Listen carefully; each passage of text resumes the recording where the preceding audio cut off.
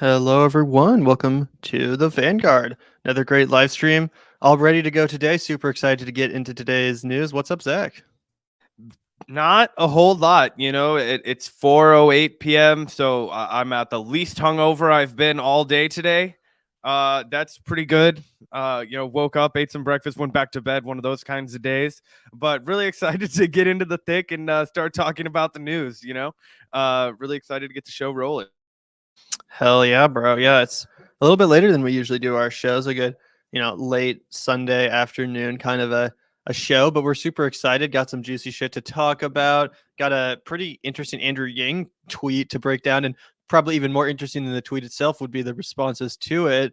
But yeah, also really excited to get into this new Vaush attack, his latest affront on the folks over at Breaking Points, Crystal and Sagar. We're gonna dig into the meat of that and see if he has any actual decent points to make or if it's just total crap. But I'm interested to check that out and just to talk about some other stuff in general.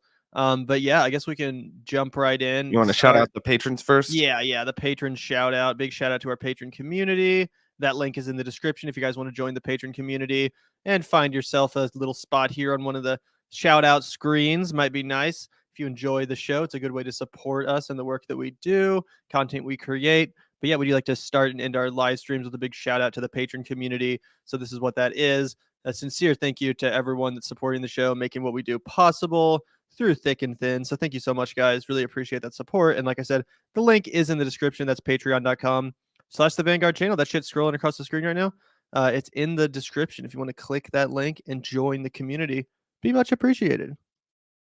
Yeah, but I guess we can go ahead and get the ball rolling. And really, what we just need to talk about is the fact that after years and years and years, Bernie just cannot stop throwing mud on Hillary Clinton. He already sabotaged her once. He won't let it go. The miserable old man. He hates women. Everybody who ever supported him hates women. They want women to feel pain and suffer and all of that, and that's why they voted for Bernie Sanders, this hateful woman hating, despicable, doesn't think a woman can be president, bad man. And that's why Andrew Yang supports him, because he's also a bad man. I mean, that's why I supported Bernie. I don't know why else other people would have, but yeah, obviously, I thought we were all on the same page about that. Anyway, jokes aside, Andrew Yang, someone we've made fun of quite a lot on this show. Definitely not huge fans of Mr. Yang, to be quite honest. I appreciate the fact that he introduced universal basic income into the dialogue. I think that's an interesting idea if it was executed properly. And not at the expense of people's, social benefits, then I think that UBI is actually a great idea. So, it's cool that he brought that to the table. He's had some, interesting stances on certain issues that are definitely outside of the mainstream. I think he at one point was talking about legalizing all drugs, why that was a good thing. I think he at one point was talking about legalizing sex work, why that would be a good thing. So, it's definitely like the dude has interesting ideas. He has some like more edgy populist kind of tendencies, which definitely make him someone at least interesting to keep an eye on. However, I was not a fan of how he conducted himself after dropping out of the Democratic primary, specifically refusing to endorse Bernie Sanders, eventually endorsing Joe Biden live on CNN was a real, mark against him for me. And since then, his whole run for New York City, I think, really exposed. Oh shit. I think his run for New York City mayor really exposed his real nature as a politician.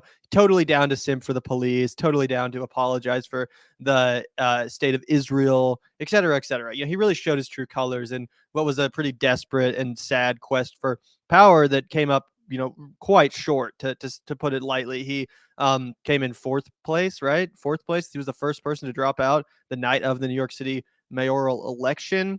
And apparently up until the last few days, he genuinely thought he had it in the bag. He really thought that he was going to win that motherfucker. So that was super hilarious to watch him implode in the mayoral primary. Although unfortunately it, gave us Eric Adams as a result, who's probably even worse. But the point is that, the dude's a mixed bag, right? He definitely has had some interesting ideas. He definitely has some outsider kind of tendencies. But overall, generally, I find him to be kind of a fraud, to be completely honest. It seems like most of his good ideas end up kind of fading away into the background when push comes to shove. And, he'll just do whatever he can or say whatever he has to get into power. I think that was definitely illustrated during that mayoral race, like we just talked about. So, that's my opinion on Yang. But like I said, he does have some interesting things to say sometimes. And even though I'm not a fan of the Forward Party, I think it's a total joke. He's certainly right in his diagnosis of the two-party duopoly and why it needs to go. So, I guess minor props. I don't know. Anyway, we can Yeah. take. Oh, Oh yeah, I was just gonna jump in and say that Andrew Yang he's really, I mean, he's your typical social Silicon Valley like founder MO, right? Like he is going to come in and within the round of like respectability and within all of the constraints of like, oh, this is how you would run an out there business. I'm gonna break all of the rules that you're like allowed to break. I'm gonna kind of effectively do away with tradition and any of these like legacy kind of ideas, while still making the crux of my value proposition exactly the same. And this is exactly what happens all the time with the disruptors coming to Silicon Valley with their brand new ideas. And it's like, oh yeah, my idea is that we're going to have cabs, but we're not going to follow any government regulation. Oh, okay, that's great. Yeah, I have an idea for a hotel industry plan where we're just not going to follow any government regulation, right? So it's like, it's the same thing, but you've brought in like this no government regulation. And he kind of like took that and spun it to his advantage. He was trying to, play on all of the positive media coverage and all of the, solution, founder, CEO worship that's been going on over the past decade. And he was like, I'm going to bring all those ideas to politics. Politics is so antiquated.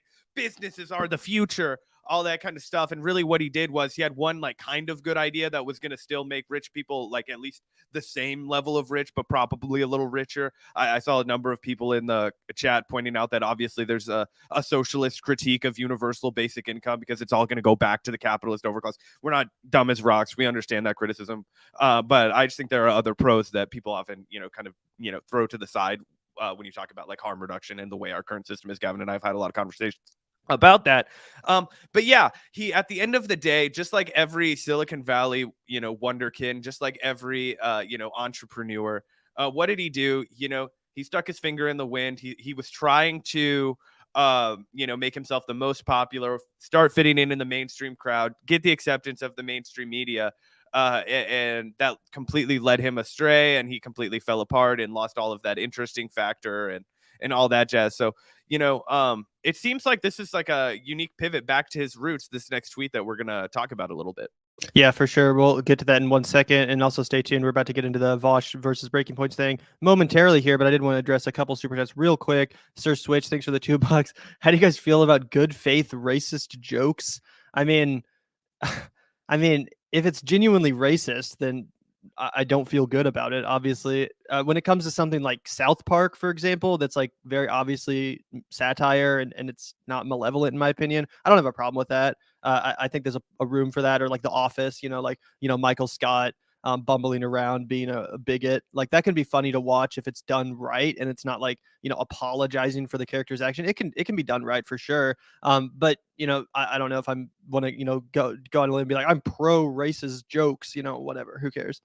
Yeah, no, that's exactly the thing. Is like obviously The Office, I think it's the go-to perfect example because everything cringy and bad that the show does, like the joke is on Michael Scott, and it's this very like thoughtful critique of why bumbling white men succeed in American office spaces at all costs. Versus like it's a satirization of that. But if you're just out here being like, let's poke fun at some like unique looking people from like X fucking part of the world that looks different than me and be like, oh, these motherfuckers look like Oompa Loompas or something, like that's not funny. That's not, even if like it's just like, okay, that's lowbrow humor. I don't know what kind of racist jokes are really like hitting home runs at this point. I imagine on parts of the internet it's the really dark shit. But yeah, as far as like satire goes, like I don't have a problem with it. But you're not going to hear us out here like trying to make like cringy shock humor on our show because that's not like my favorite thing. And thank you also Bookworm Skates for the $4.99. Was Yang 2024 more impactful than Bernie because so many people talk about UBI now? I'm assuming you mean Yang 2020. I don't think he's yet announced a run for 2024. But No, I would not say it was more impactful because we don't have UBI, not even close. I mean, we got a stimulus check and he pretended like he was behind that. He was like, thanks to me introducing UBI into the discussion. That's why a stimulus check is part of the conversation. But I mean, every other country was fucking doing that. I don't think you can really, in fact, most other countries did it way more. We just got like a couple measly stimuli checks, nothing that you could really call a universal basic income. I mean, a universal basic income happens regardless of whether or not there's a pandemic or not. It's not like only for emergency situations. So if we actually had a UBI enacted, then sure, I would grant you this, bookworm. But as it is, no, I don't think it was particularly influential. Although it did have get people talking.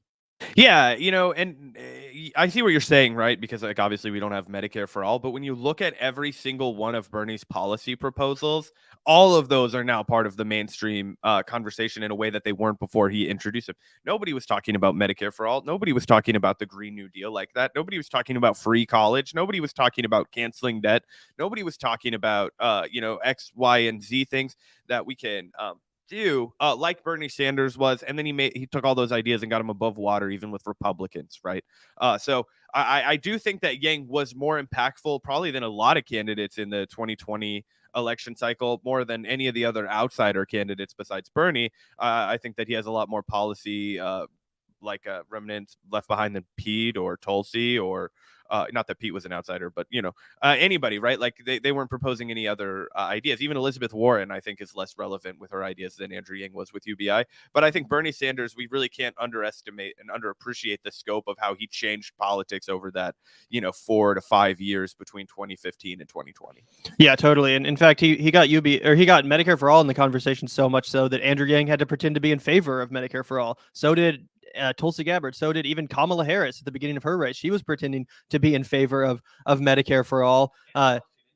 Yeah, and abolishing insurance and lots of stuff like that. A lot of people had to pretend to be in favor of Bernie's policies because they thought it was unavoidable. So I think that's proof that Bernie, probably had even more impact. But who cares? Whatever. Let's get to the point. Let's get to this tweet. I wanted to put this up here because this is a tweet from Andrew Yang that's actually totally correct. And like most times when someone's totally correct on Twitter, he got savaged for this. He got absolutely roasted by the blue check liberals and others. He says the fact that the Dems should have let Bernie the fact is the Dems should have let Bernie and Hillary go at it fair and square in 2016, which Bernie probably wins. And Bernie probably beats Trump in 2016. The Democratic Party sometimes has very anti-democratic impulses. 100% true. There is no lie in this entire tweet. And it's something that I've been, of course, pointing out myself since 2016. He goes on to say, do the failings of the Democratic Party have something to do with the rise of Trump? Sure. Will they change tax in 2024? Probably not. Once again, 100% correct. The failings of the Democratic Party have everything to do with the rise of Trump. Had Obama, for example, been a serious FDR-style progressive president, there's no way in hell that Trump would have been able to play his whole fake populist shtick and waltz into power. And he's also totally correct that if the Democratic Party hadn't been so anti-democratic, they wouldn't have turned off a lot of voters like myself.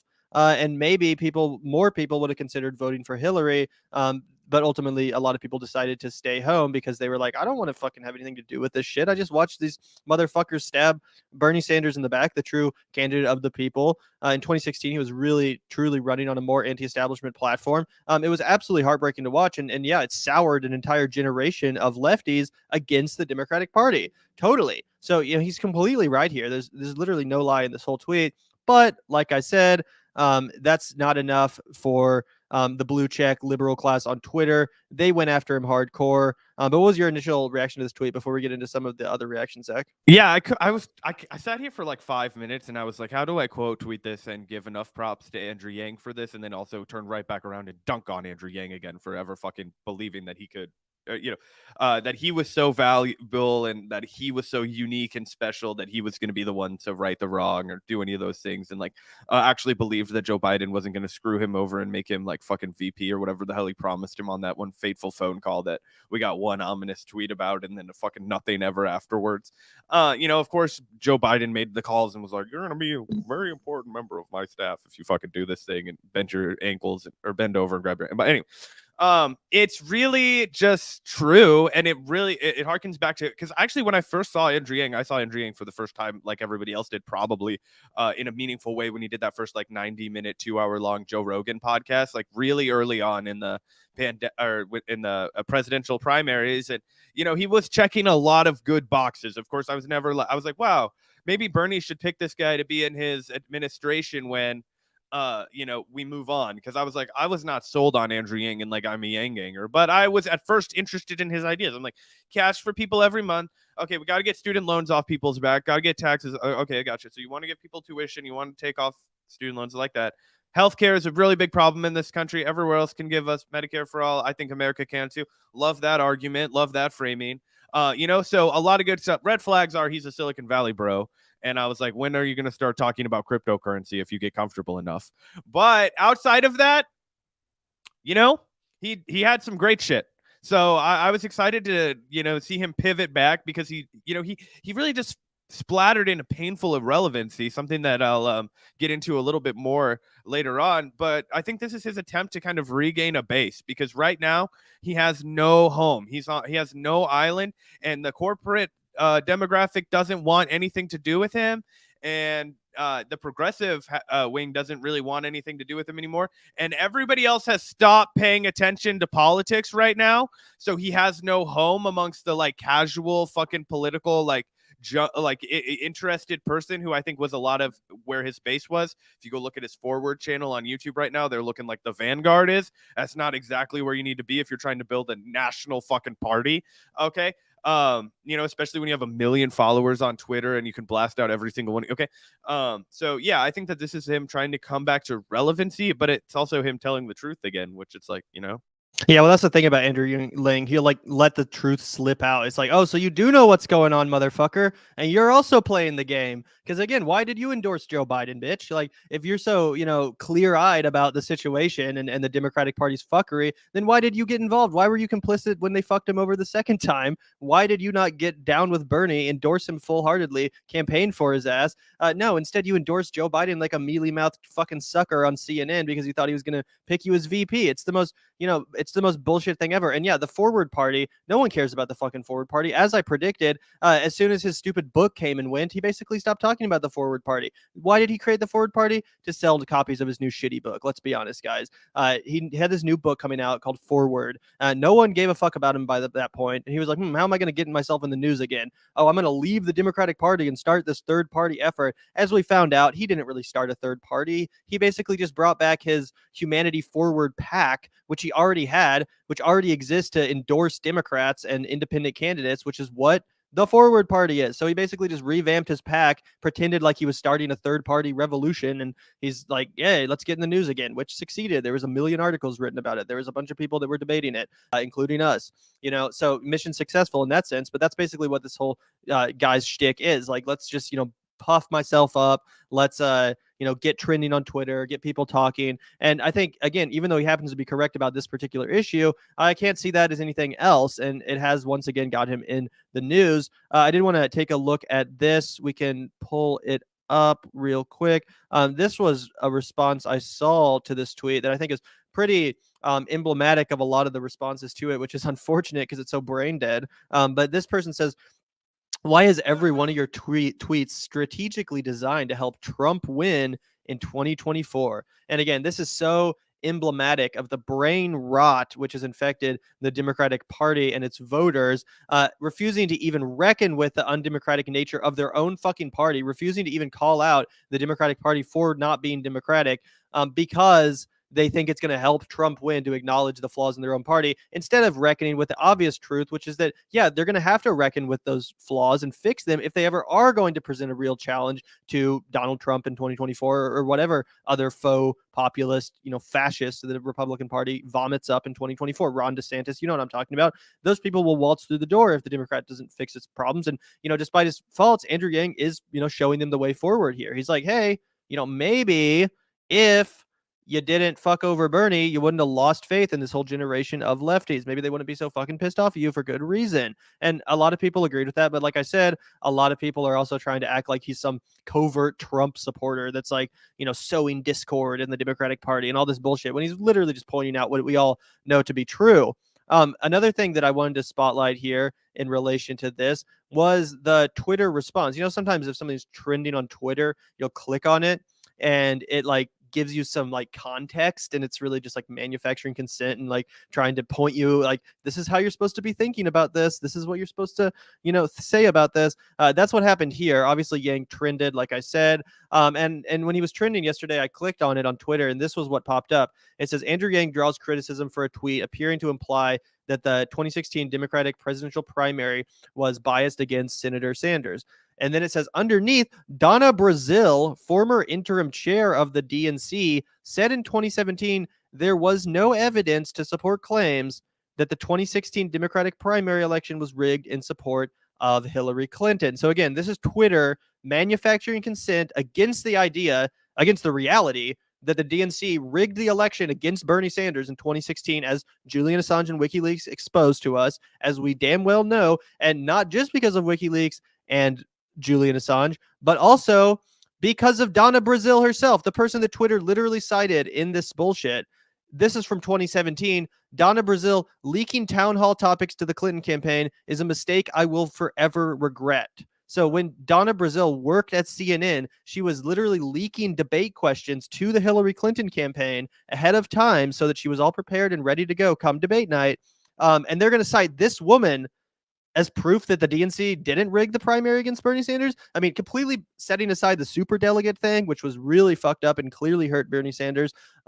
We literally had the fucking head of the DNC leaking Hillary Clinton questions. The whole DNC was behind Hillary. It was the most obvious thing in the world. I think you're forgetting that it's actually the Republicans that rig elections, Gavin, and shame on you for spreading this false, disgusting, horrible, just fascist sympathizing. This Gavin is a fascist sympathizer. He wants Donald Trump back. Yep, that's what it's all about, guys. That's all they have. 100%. That's all they have. They can't address what actually happened. They can't try to repair the wounds or anything and move forward. Nope. It's just like, if you speak the truth about what happened in 2016, persona non grata, get the fuck away. And thank you, Nick, also for the super chat, $4.99. I looked at Yang as being the compromise candidate. $1,000 a month is what they'll pay us to allow capitalism to continue wreaking havoc on our planet. Yeah, I agree with that. Although even if they don't give us $1,000, I'm not an accelerationist. I don't think that if they don't help the people, then there's going to be a revolution. I'm sorry, but it doesn't seem like the way things are going to go either, as much as I wish that was the case. So I'd rather people be able to eat and fucking house themselves. But I see what you're saying. Yeah, I actually completely agree with Nick. I think that as soon as the UBI would have gotten off the ground, had they followed Yang's policy, which was to strip every single social benefit along with it in order to bankroll it with a zero increase in tax, kind of like Elizabeth Warren's horse shit, I won't raise your taxes a penny for Medicare for all kind of a scheme.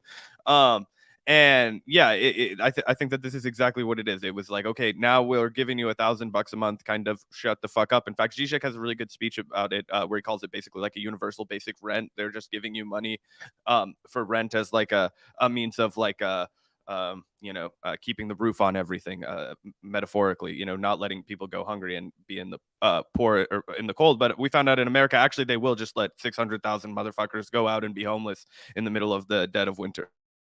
Yeah. Anyway, probably to move on. Probably unless there's anything else you want to say about that story, Zach. No. Okay. Yeah. We did also want to cover this recent Vaush video going after homies Crystal and Sagar at Breaking Points. They recently had on Glenn Greenwald, another friend of our show, to talk about January 6th. An interesting conversation for sure, I thought. But apparently Vaush had some more other thoughts. I'll just put it that way. He put out like an hour-long fucking video, 53 minutes. Breaking Points brings on Glenn Greenwald. Stupidity ensues. We can take a look here. I thought this was pretty funny. I haven't watched the whole thing yet. We'll see how far we make it. But yeah, let's react to this. Definitely some interesting content from Mr. Vaush. And obviously, most people know that I'm a fan of Crystal Ball and Breaking Points and all that stuff, but obviously they're not above criticism, right? Like, they've gotten things wrong before. I certainly don't agree with everything that Sagar and Jetty has said. That's for sure. He stands for a lot of things which I wholeheartedly reject. So again, I'm just to give Vaush the benefit of the doubt here. Let's see if he has anything correct to say here in his analyzation, because I don't want to just come at this from like a Vaush bad, Breaking Point's good stance. Like no one is above criticism. Sometimes even people I don't love make good arguments, just like Andrew Yang just fucking did. So just like the Vaushmeister. Just like the Vaushmeister. Yeah. So let's get into this and again see if Vaush has anything worth listening to, or if this is more drivel. But yeah, let's take a look, guys. Interested to check this out. Again, Breaking Points brings on Glenn Greenwald. Stupidity ensues. So let's see if stupidity does in fact ensue.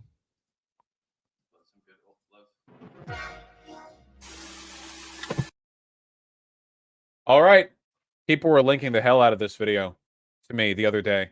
The Breaking Points January 6th video featuring everyone's favorite Republican, Glenn Greenwald. Let's go. The last video that we saw from Breaking Points was agonizingly stupid. They basically took a tweet thread and used it to presuppose that a Nazi march in Washington was some kind of fed op with demonstrably, provably false information. And then we looked over the YouTube comments and people were soy-facing and praising them for their real journalism as they read tweets and, say things that are incorrect. So now we have Glenn Greenwald, another person who's very fond of Twitter and being incorrect. Let's go.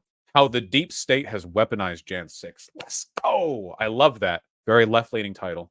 Joining us now, we have Pulitzer Prize winning journalist, the one and only Glenn Greenwald. Of course, you guys know he's on Substack as well as... All right, hold on, wait. This is Crystal's exposed skin and not an additional slab of flesh sort of draped on top of her shoulder, right? As Rumble and a bunch of other platforms. Where do you mostly want people to follow you at this point, Glenn? Yeah, the writing is on Substack. With the lighting, it's hard to tell if I'm looking at a collarbone shadow here. Is it just a big Band-Aid? Honest to God, I think the shading here is a bit bad, like the lighting, but I respect the style. I don't care. Do wacky fashion. I don't care. I do video reports on Rumble, and then there's a new podcast app called Callin, which a bunch of people like Brianna Joy Gray and Matt Taibbi and many others are using. So any of those platforms will... Including us. We're also on Callin. Hit it up. Hit it up. And also, of course, my frequent appearances here on Breaking Point. Yes. Okay, quick follow-up question. Is Glenn Greenwald currently being life drained by a lich? Is he in Siberia? Yeah, is he speaking from the astral plane? Why is he gray? What is happening? This is all a bunch of irrelevant commentary to get to the point where a bunch of irrelevant. I love those. Are really good. I know you put a lot of time and effort into those, and that's not, I guess I maybe have added respect. Oh, he's in the gray zone. To what we do. So you're right. Like personally, like, oh, he's doing a good job at that thing. Anyway, Thank you. Wanted to bring you on to focus in particular on the dangers of how 1-6 has been weaponized to further the interests of the security state. Because in a lot of ways, I mean, 1-6 was like a dramatic failure in terms of being able to protect the Capitol and keep people down, keep the barricades up. So this massive failure for the security state that they then, as they always do, somehow turn around and use to make themselves only stronger. So was hoping you could... Hold on. Is Breaking Points the channel that pretends to be centrist? Where is that old video edit of mine? My assessment of the Rising. Where was that where was that old video of mine? It's still true. Everything that I said back then is still true. Is this it? Hold on. Here we go. A gay pride flag for the LGBT month. And Crystal Ball will say, yeah, well, this is good, I guess, but we have to recognize that corporate hegemony is never going to sincerely, promote the interests of gay people. This is just a virtue signaling attempt to get their attention. And Sagar will say, you're completely right. This is just virtue signaling. Corporations have been brainwashed by post-Frankfurt neo-Marxist academics who are trying to disseminate an anti-white agenda by educating the wealthy and the children of the wealthy to hate white people in the pursuit of a wokeness cult. And Crystal Ball will say, well, I don't know if I agree about that, but I do agree that corporations are bad. And Sagar will say, yes, corporations are bad. You know who else believes that? Tucker Carlson. Let's go to a Tucker Carlson clip, folks. Cue 2 minutes of Tucker Carlson in the middle of a segment about how black people aren't humans, talking about how corporations are bad because they support black people, but in like... By the way, I don't know if I've ever seen Crystal or Sagar, even at the Hill, play a Tucker Carlson clip. Like, unless I'm missing something, I don't remember them ever being like, now cut to Tucker Carlson. Let's listen to him talk about this. Like, I think what he's referencing is the fact that they have like a lot of they used to have like panels or whatever with a bunch of like heterodox different viewers, and it would be like, oh, after we've done our little intro on Rising, then we'll like cut to like Marshall Kosloff and like 4 other people, and sometimes those people are like from the Federalist or like from what's the Daily Caller or whatever the fuck. So I imagine that's what he's referring to. And just to give credit where credit is due, that opening bit was pretty fucking funny in that video. I was laughing genuinely. But yeah, he's completely full of shit, and he's straw manning them to set up his own beatdown and pretending that they're way more to the right than they are. And he's also making Crystal look dumb as rocks on purpose. Like, I can appreciate that that's good comedy and that that's definitely gonna land with the audience that he wants it to land with. But that's exactly what he's doing, guys. This isn't super heavy lifting here. He's straw manning it. He's cutting the argument in half right now before he even gets going. So he's already discredited the people that he's going to talk about with sleazy, not real criticisms of their journalism, right? The kind of shit that he would probably turn around and critique somebody else for. But that's exactly how Vaush makes his entire living, just being slightly better at doing the things that he critiques other people for on a day-to-day basis. But anyway. Yeah, totally. It's an absolute straw man. And yeah, like I said, Breaking Points, Crystal Saga, not above criticism. They've had some cringy segments for sure. I'm not saying that everything they've ever said or stood for, I sign off on. I don't. But this is a straw man, and it's exactly what Vaush claims to hate, which is when he's like, oh, people don't actually listen to me. They just, repeat memes about me that aren't true and distort my actual perspective in order to score points against me, which is true. Some people do that with Vaush, but that's exactly what he's doing with fucking Crystal and Sagar here. Gavin said doo-doo. Doo-doo. Anyway, thank you, Andrew Matthews, for the 199. So much for Kyle cozying up to Squash. Yeah, just right. I imagine Kyle was watching this like, oh, what the fuck, bro? He's trying to be friends with Vaush, and now he's coming after my homies. Bro, he's always been coming after your homies, Kyle. He has lied viciously about Kyle or about Crystal. All of the campaign finance stuff that he said about her, he's called her like he's insulted her intelligence in basically every single way you possibly can. Like, I mean, yeah. Also, thank you. I'm a Phil American. Why is Vaush so aggressively R-slurred about everything? Yeah. Can't really argue with you there, man. But thanks for the $2. Really appreciate that donation. It's supposed to be read, why is Vaush so aggressively retarded about everything? Yeah. Oh, okay. Because I was like, he doesn't really say the R that much more pronounced than anybody I said. But I know in Australia, people think everybody in America does that. Now we're going to get banned for using the R slur on stream. Thanks, Zach. I'll take it on the chin. Sincere way. Then they cut back to Rising. Yeah, wow. You got to hand it to him when he says stuff that could be a right or left leaning position that's really kind of ambiguous, And then Sagar will say, yeah, I completely agree. I really do think the insincere attempts to appeal to the interests of BLM on the part of corporations really signals how corporations are furthering the downfall of Western civilization. Really, it is nearly impossible for conservatives to imagine themselves living in the glorious, culturally hegemonous America that they once lived in back 50, 60 years ago, as long as these corporations continue to shill for anti-white agendas. And then Crystal Ball will say, well, I don't know if I agree about that, but at least we agree corporations are bad. And then the segment ends. That's it. Yeah, and things haven't changed. If anything, and also I just want to break in real quick. It's not Crystal's responsibility to like have a debate with Sagar every time they disagree about fucking anything. Like, come on, man. Like, obviously, if you're going to do a show with someone who doesn't agree with you 100% of the times, they're going to say things that you disagree with. You can't be expected to fucking sit there and turn every episode into a goddamn debate. Sometimes Zach will say shit that I disagree with, probably a lot less than, the things that Sagar says, which Crystal disagrees with, but still, I just let it fucking go. Not everything has to be a goddamn blowout. Not everything has to be a fucking debate. That doesn't mean everything Zach says I agree with 100%, but I respect him. So I'm going to let him fucking make his points without being like, well, actually, every 5 goddamn minutes. That would be annoying and fucking grating to listen to. And I think that, Crystal has the same approach. She's like, if someone's here listening to Sagar because they agree with Sagar and his right-wing opinions, then maybe they'll be convinced listening to my left-wing opinions. And I think that's a pretty good way to approach it. And, it doesn't help to further fucking divide the country either. So I think that's a good part of their show too, because obviously there are people in the country that feel like Sagar does. Just because she's sitting next to him doesn't mean she fucking agrees or signs off on every single opinion that he fucking has. So, I'll just say that before we move on. Yeah. And just to kind of cut in one more time, we were talking about this the other day, how the YouTube algorithm, it will bifurcate, everything, right? So if I think one thing or I'm sympathetic to one thing, it's going to send me over here. somebody is sympathetic to something else, they're going to get sent over there.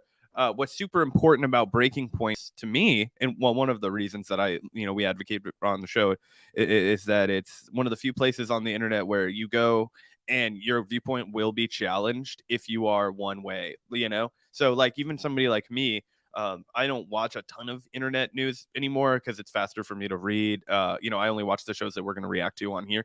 But if I'm watching breaking points, like, I might listen to somebody that's going to like make like a weird pro-Republican like argument about something weird, like, oh, we actually need to cut back on government spending because like this is going to happen, or why is it? I'm going to be like, this is crazy. I never hear this argument in 2022, but that's because of the people that I'm surrounding myself with, the media that I'm consuming. Doesn't mean that those people aren't still out there, which is why it's really valuable, for them to exist, so that they're providing their audience with multiple angles to dissect. And while everybody's media literacy is pretty low, I think it's better than nothing.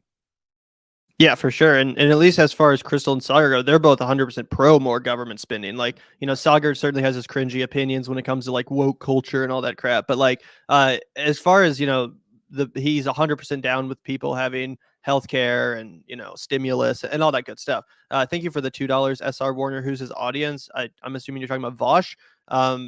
Just a bunch of people on YouTube, man. A bunch of fucking people on YouTube that like debate bro shit, I guess. Yeah, I mean, sometimes Gavin and I will turn on Vaush and just be like, what the fuck's going on with Vaush? Let's listen to this shit. Let's cringe it up with the Vaushmeister. Let's do it, And he's like, a competent host. So it makes sense why people watch it to me.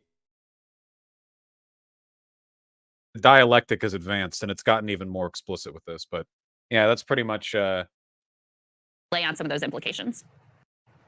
Sure. So my reference point for the overall dynamic you're describing, in which some event takes place that produces a justifiable level of fear in the population, which is then seized upon by authorities and centers of power in order to exploit and augment that fear more and more as the days and months pass from that event in order to gain more power for themselves. Obviously, for me, at least, is based in my experience doing reporting on and analysis of the First War. One of the things that really bothers me is when so-called political experts simplify the incredibly complicated network of like differing material interests down to like the deep state or the security state. I really don't like that. What group are we talking about?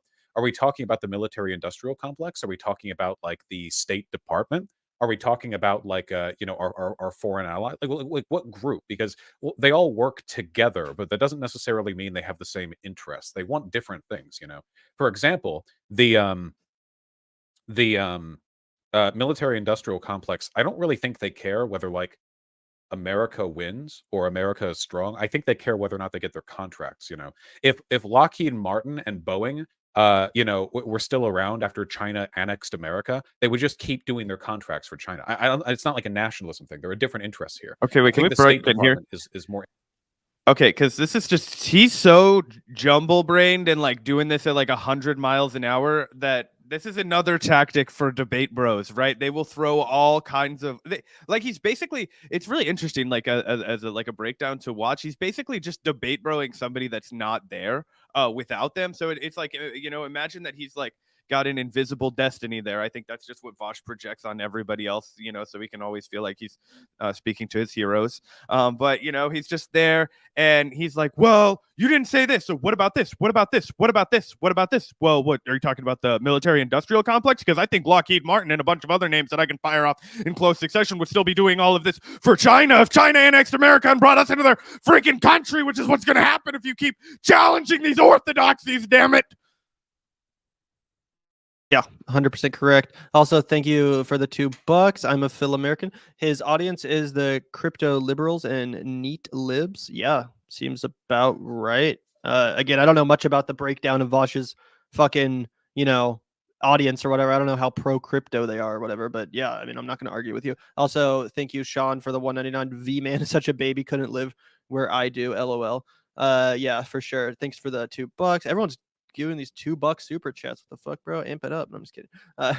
Let's take a look at the rest of this. Gavin outs himself as closet capitalist. Interested in like American hegemony, like foreign corporations and like the banking sector are probably just more interested in the flow of capital. Like there's so much, like there's so many complexities there, And terror. which was very similar. There Oh, was sorry, obviously hold on. You talk a big faith when it comes to it. You don't confront/attack them on their shows. Tim Pool and his podcast, Crystal and the Crystal Kyle and Friends. Yeah, that's because I'm appealing to different audiences. So what I never do is I never lie.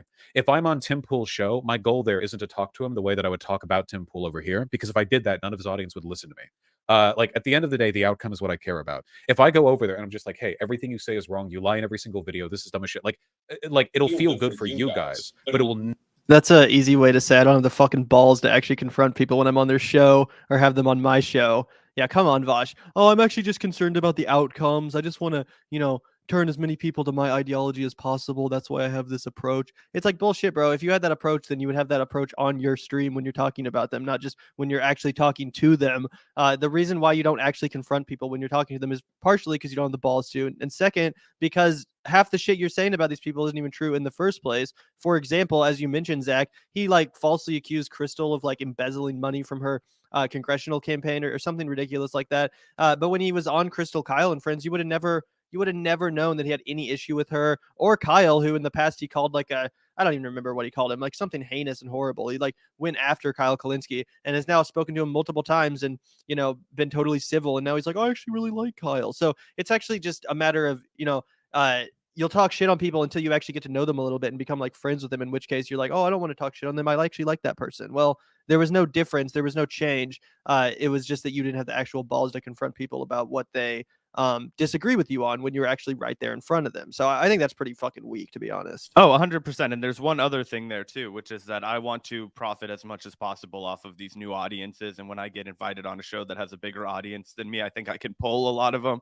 And this is how you effectively wrangle up a big audience. You don't step on anybody's toes until you've got them in your trap, until they've decided that, because the whole game on internet, spaces like this is if you're big enough, right? If you're like a big name or the size Vaush wants to be, essentially what happens to your hardcore audience is they just take their brains off like this, and then they put your brain in, and it's like, I will defend and die for whatever this commentator says. I don't care, if it's wrong or if it's crazy.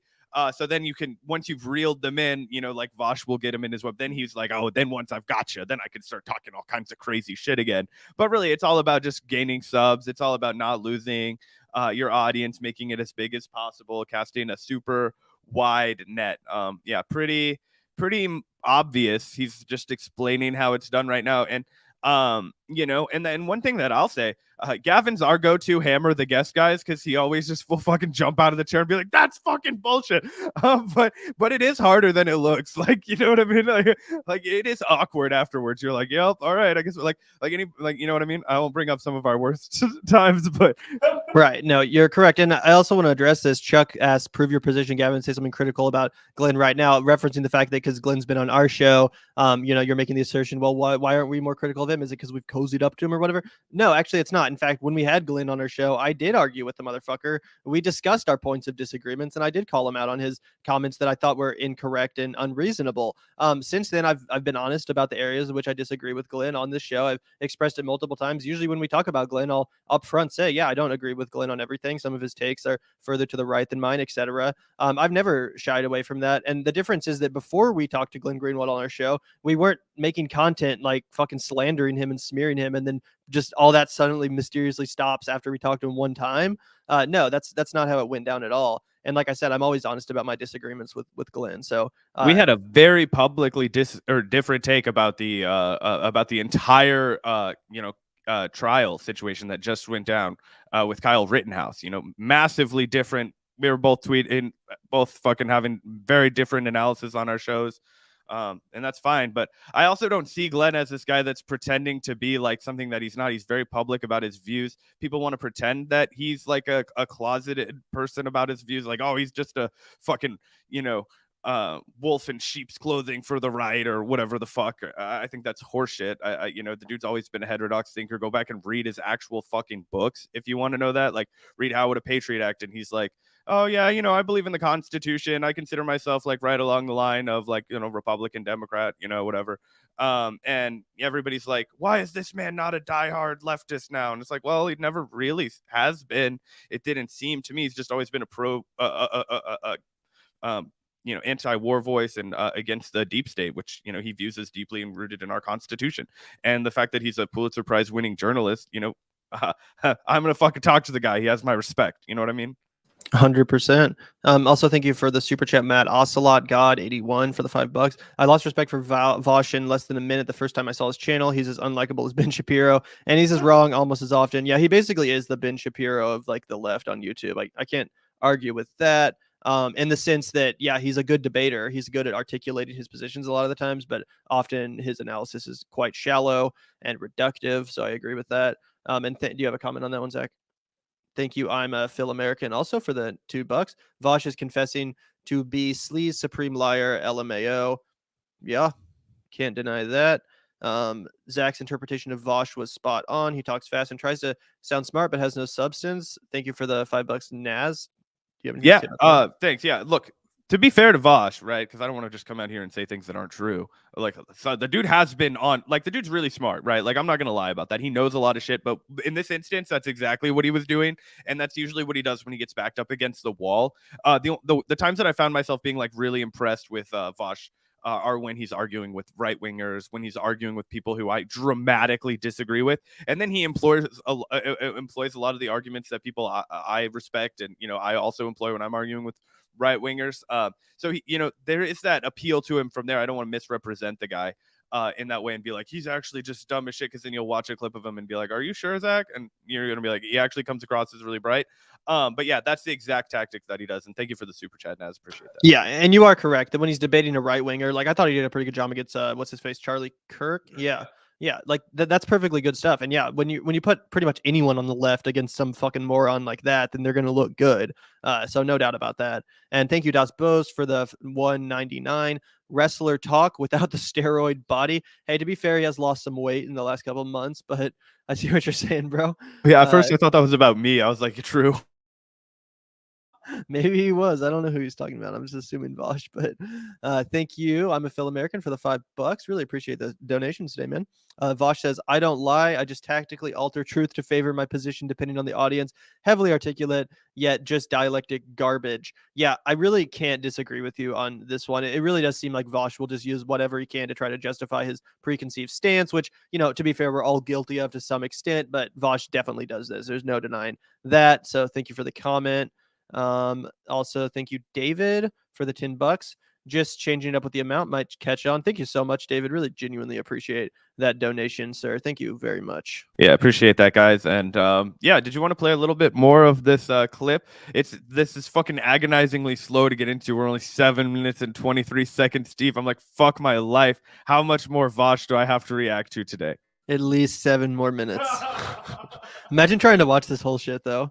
We could be on here. We could do like a Hassan style, like 5-hour stream, just parsing through every goddamn minute of this. But yeah, let's at least make it like 7 more minutes. All right. I don't want to do a straw man myself and, not react to the meat or the substance of the issue. But yeah, with that being said, let's get back to this. Never move over any of his fans, Unfortunately, that's just how things like this work. You always have to work within the limits of productive discourse, And unfortunately for me, those limits are pretty severe, because I am a fairly inflammatory person on my program, and it gets you guys used to that kind of stuff. But that doesn't mean it's always the most productive attitude to take when you're actually speaking to that person or in the midst of their audiences. Like, think of Charlie Kirk, right? I hate Charlie Kirk, right? But the first time I talked to Kirk, I was laughing with him the whole time, and that did a lot more for me than getting mad at him ever would, So then how are you going to criticize fucking Crystal from sitting by Sagar and fucking not arguing with him every time he opens his mouth? That's literally your main criticism of Breaking Point / Rising, that, her sitting there silently basically means that she signs off on all of his bullshit. But then you're going to tell me that you sat next to Charlie Kirk for 2 hours and laughed with him and had a great jolly time? Like, what the fuck, bro? Yeah, and not only that it serves the purpose that you're actually converting people with those sympathies over by,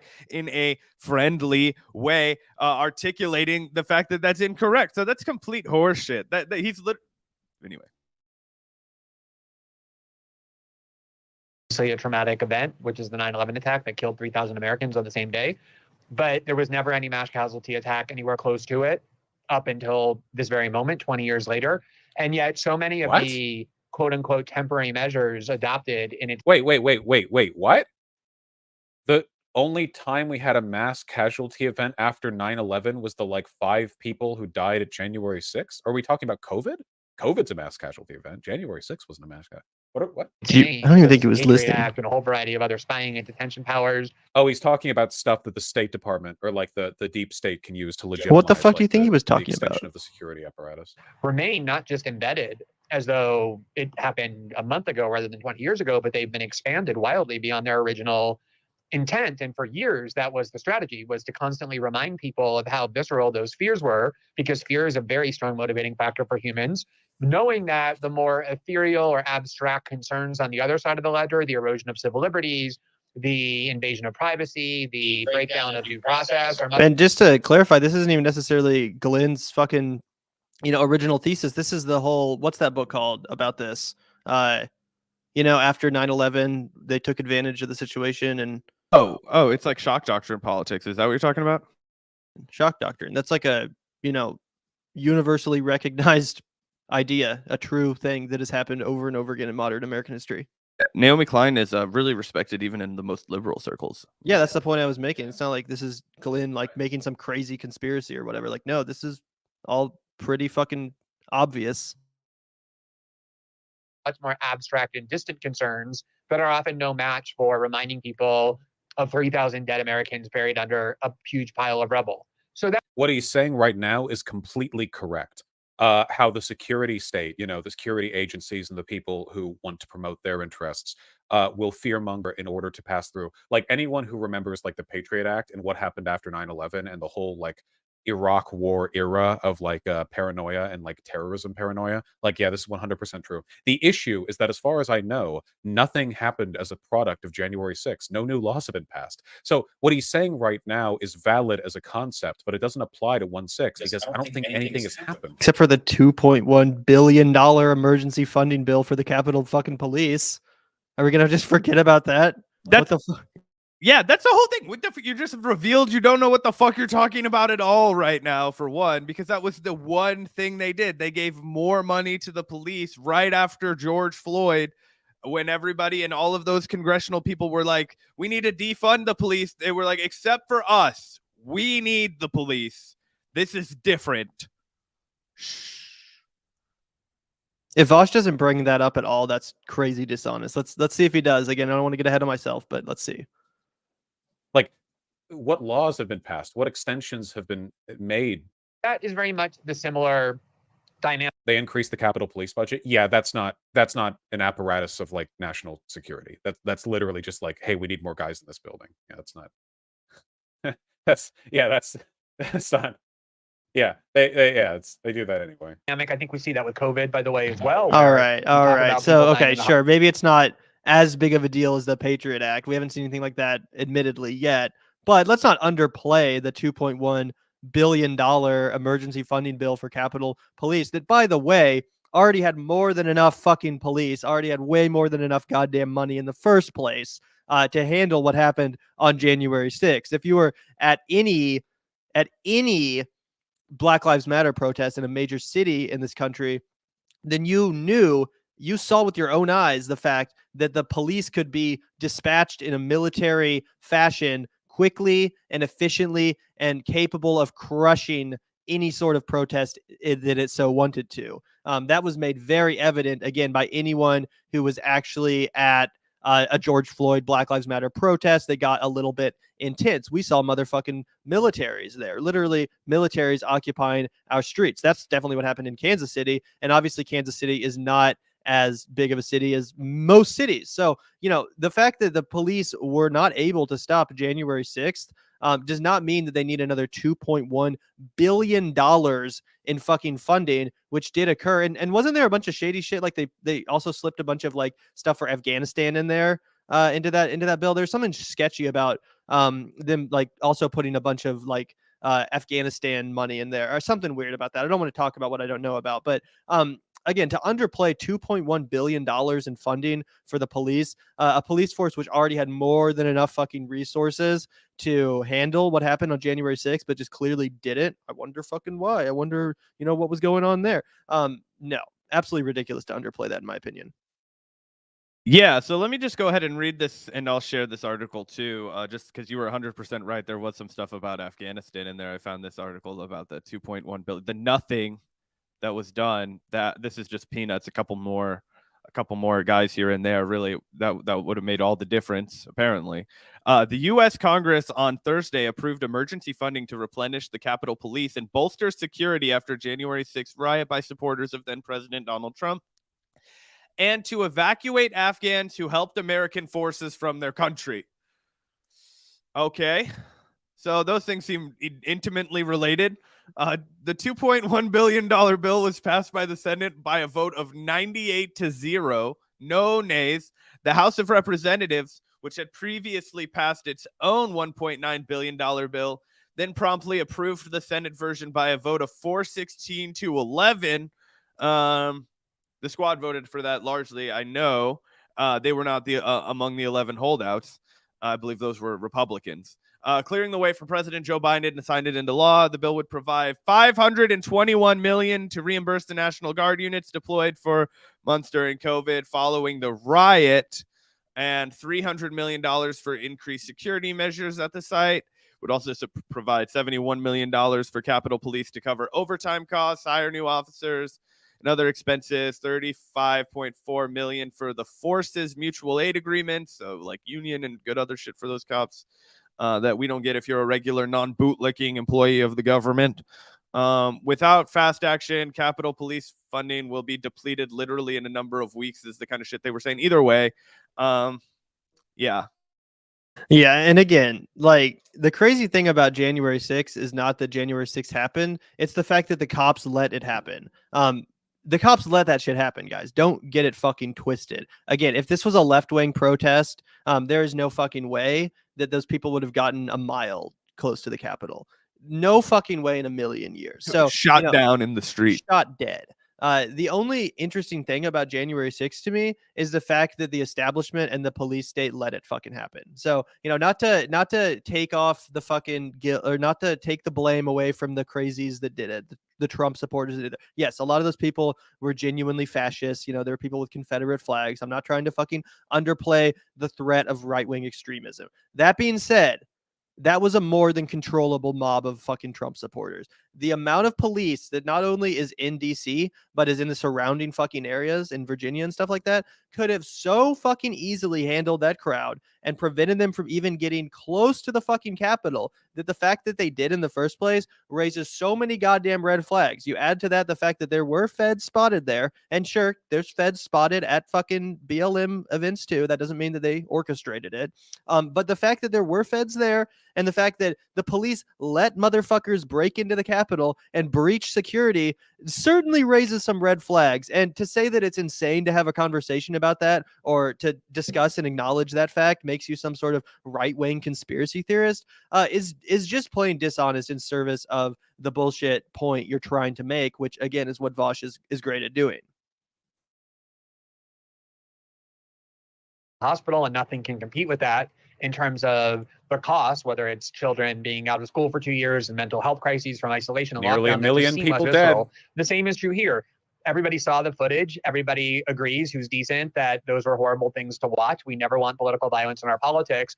But the attempt to keep it in perspective has been almost impossible, given the concerted effort to exploit the emotions surrounding January 6th and to turn it into something that it never was, an attempted coup, an insurrection. I see. He doesn't think that it's a coup or an insurrection. Like, they literally were going in there to try to depose the election, to establish Trump. Like that's not arguable. That was their stated goal.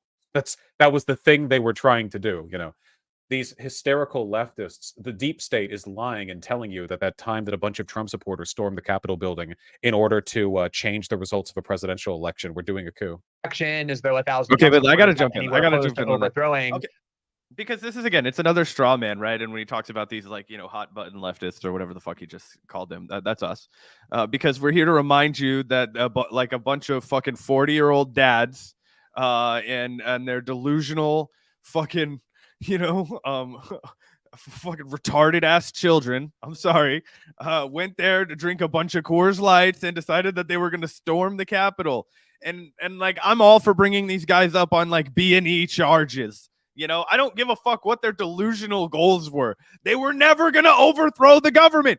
These did you look at them, Vaush? Did you ever see those pictures? They're in there like picking up like chairs and shit. Like they don't know what to do. They're like, we made it. We did it. Like just bringing a whole like gulag of fucking Midwesterners to the Capitol building. Does that mean you've taken over the government? Is that what it takes in this country? Can I just move over, Joe Biden? Me and the boys from Kansas City just rolled up 15 buses deep. We've got barbecue and new legislation. Let's get it on the floor. Fuck all of this shit. We've brought a new government. Apparently it's that simple. We're gonna do things differently now. Like, is that what he thinks happens? Is that how he thinks coups happen? Because if for a guy that loves to bring up World War II and the CIA as much as Vaush does in a historical context, he doesn't seem to understand that you need to have that military, that MIC, that that deep ground back, whatever fucking amorphous body that he likes to keep making it seem like it is. Like it's not one simple thing. It's just whatever he wants to use it as in his argument in that specific moment. The fact of the barbecue, that's going to be the name of my fucking restaurant, dude. That's an incredible argument. I forgot about everything else I was just talking about after you did that. But long story short, what I'm saying is you need the help of the military. You need the full support of the military if you're going to pull off a coup d'etat, a military junta. All right. They had none of that at all. They had the mockery of that. It's so little. They were taken not seriously at all. The joke I like to make is it looked more like a Rage Against the Machine concert than a fucking insurrection. But, it is what it is. I understand he has to cater to that liberal MSNBC fed audience that he's talking about right now. And that's why he has to, fucking do this. Yeah, for sure. For sure. And again, whatever happened there was only because the fucking cops let it happen. Like, I'm sorry, but everything that happened on January 6th, I blame on the fucking cops because they let it happen. They clearly let it fucking happen. I'm not saying that it was orchestrated by the feds, but what I am saying is that the police absolutely let that happen. So, if the police, if they just stopped enforcing laws and just stopped doing their job all across the country, then, all kinds of crazy shit would happen. No doubt about it. The most militarized, armed, and powerful government in the history of mankind. And those are non sequiturs. It can be an attempted coup, even if they didn't have enough people to actually do it. Also, you don't need 1,000 people to kill elected officials. You can actually do just one. 1,000 people is actually quite enough to kill all of the elected officials in the Capitol building. If that had been how far they'd gone, that's actually more than enough people. You could do it with a few. 1,000's overkill, if anything. It was their intention that determined whether or not it was an attempted coup, and that was what they wanted to do. Obviously, this week is an effort to rejuvenate that exploitation. Well, that's what you always point to, Glenn, in terms of the actual record of this whenever it comes to the justice system. Lay that out for us. 1 year later, as we assess it relative to the crackdown on people's lives and the actual militarization of Washington, D.C., the shutdown of the presidential inauguration, they turned our city into a legit green zone for months. 1 year later, what do we know about the prosecutions and the way that the government has responded to this in an official manner? So what he's talking about was literally just them upping security in the Capitol after the Capitol was attacked. Like that's not an extension of the security state. That's sensible city planning. They would bullshit, bro. The fucking Capitol already had enough fucking funding. Stop with this. And Vaush is someone that pretends to be sympathetic towards the goals of Black Lives Matter and the defund movement. Yet here he is justifying an extra $2.1 billion for the Capitol Police, a police force which, like I said, already had more than enough resources to adequately control what was happening on that day. They just chose not to for some reason. So this is really rubbing me the wrong way, the way he keeps just downplaying. Oh, it was just a little bit extra funding. They just needed a few more security guards there or whatever. Bullshit, bro. They had enough people. They had more than enough fucking resources. Again, in Kansas City, there were more cops that showed up to protect the plaza, which is like the bougie shopping center where the protest was nearby. There was more cops there to protect the fucking shopping plaza than there I saw at January 6th protecting the fucking Capitol building. And I've been to DC years before all this shit went down. The place is rife with fucking security. There is no way you can tell me that they needed additional funding to control what happened there. They knew it was coming. Don't tell me they didn't have the intelligence. People that were in the Trump sphere at all knew that this was going to happen. That there were, a lot of Trump supporters that were going to fucking Washington, D.C. to express their discontent. So they knew it was going to happen. They had the intelligence, and they didn't fucking do anything. Not because they didn't have enough funding, you fucking dunce. Anyway, we can probably cut this short here, unless you wanted to listen to more of this, Zach. No, God, please make it stop. I can't do it anymore, guys. No more lima beans. I'm fucking full of lima beans. Stop it. Yeah, so again, it's not that Breaking Points or Glenn Greenwald is above criticism. Criticize them here. We've done quite a few segments, especially going after Sagar, and I'm sure I would agree with Vaush on multiple of his, quite a few of his criticisms of Sagar in particular, and probably even some of Glenn, and who knows, whatever. This, however, is a swing and a miss. This is, in my opinion, totally just an excuse for him to try to start another beef with some other prominent commentators. But without any real there. This is in my opinion, pretty sound argument from Crystal, from Sagar, and from Glenn. I agree with their stance on January 6th and how it was used. Sure, it didn't literally result in another Patriot Act, but it's still being used by the Democratic Party to manufacture consent against their opposition and to try to strawman all dissent into just being, oh, well, you're a fucking, coup supporter or whatever the fuck. And obviously that $2.1 billion emergency Capitol Police funding is nothing to scoff at either. So, this was pretty weak in my opinion. I definitely have seen more compelling arguments from Vaush in the past. 100%. But I think that we're over an hour, if that's the show for the day, unless there was anything else that you wanted to react to. Yeah, probably not. I guess this is it, guys. Seems like we should talk about something else, but I guess if there's nothing to talk about, then there's nothing to talk about, right? Got a call in tomorrow, probably, that will do for the people. Can call in and talk to me and Gavin about the government. So that's pretty exciting. Oh yeah, make sure to download the call-in app, guys. We will be live there tomorrow, so check it out. Hit us up. We look forward to chatting with you guys then. But yeah, thanks for tuning in, everyone, today. This was a fun stream. Good breakdown of some Vaush. But yeah, huge shout out to the Patreon community before we jump off. Always like to shout out the patrons. Big shout out to those of us supporting us at patreon.com/the Vanguard channel. That link is in the description box if you'd like to join the community and support the show. Hit it up. Find out about all the cool perks we offer.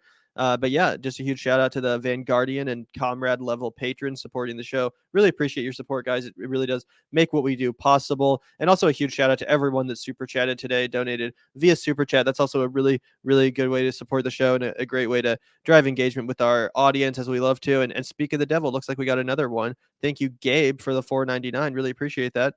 Believe it or not, but that segment actually got worse, guys. Fuck, we should have kept watching. Vaush actually tries to debunk Glenn Greenwald for Russiagate. Oh, fuck. That's crazy. Seriously? Do you have the timestamp, Gabe? Yeah, if you have the timestamp, we could check that out. Because that might be worth reacting to. But yeah, that's fucking crazy, man.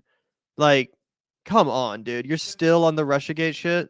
I was about to jump in with a Russiagate argument, comparing that to, like, how are you going to possibly, like, rest all your chips on it's so offensive that somebody would try and downplay the results of an election after they spent now going on 5 years downplaying the results of the 2016 election by saying it was rigged, by saying that Putin, put his thumb on the scale. Apparently it's a couple more minutes after we left off. So guys, I guess we'll go ahead and react to that really quickly. But either way, all I'm saying is that, Matt Taibbi actually had a massive thread today. Let me just go ahead and read this really quickly, because there's no way that we'll be able to debunk Russiagate better than the master himself, Matt Taibbi. Yeah.